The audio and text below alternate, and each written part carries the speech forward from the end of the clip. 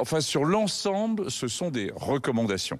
Oui. Ce qui est recommandé de façon très forte, c'est que l'ensemble des Français puissent avoir accès aux masques, en particulier lorsqu'ils sont dans des lieux publics.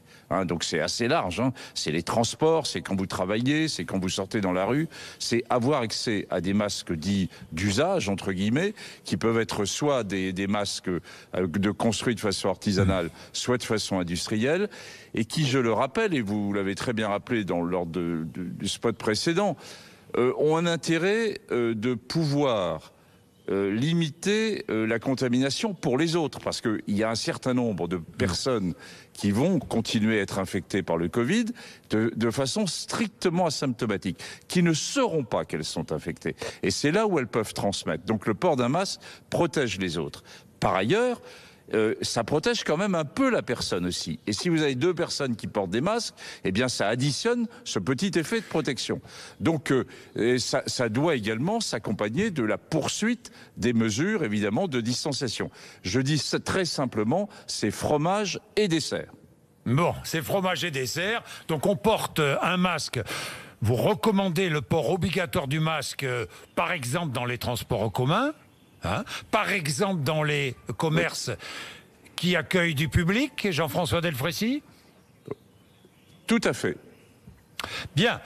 Les Tout tests, à fait. oui. Ce sont des lieux publics, et donc tout ce qui est lieu public au sens très large du terme, les transports, la visite dans les magasins, la sortie en dehors de son domicile, oui, c'est le port d'un masque, c'est ce que nous recommandons. Donc il faut qu'il y ait suffisamment de masques. Bien. Les tests, maintenant. Qui devra être testé à partir du 11 mai? Vous dites test massif, politique massive de tests. Mais d'abord, avec quel test? Parce que j'entends tout et un peu n'importe quoi sur les tests à la fois sérologiques et les PCR. Mais qui devra être testé? Alors, quel type de test? On rappelle qu'il y a deux types de tests. Les tests qui permettent de faire le diagnostic d'une infection et qui sont la détection d'un bout de virus sous une forme de génome du virus. On appelle ça le test RT-PCR. Ce test est assez compliqué, il nécessite un prélèvement qui n'est pas un prélèvement sanguin, mais un prélèvement nasopharyngé, mais qui est parfaitement possible. Il faut qu'on ait environ 150 000 tests par jour de disponibles sur de grandes plateformes qui sont en train de se monter, tant dans le public que dans le privé. C'est pas seulement avoir les plateformes, c'est aussi avoir l'endroit où on peut pratiquer ces tests, les laboratoires où on peut faire le prélèvement.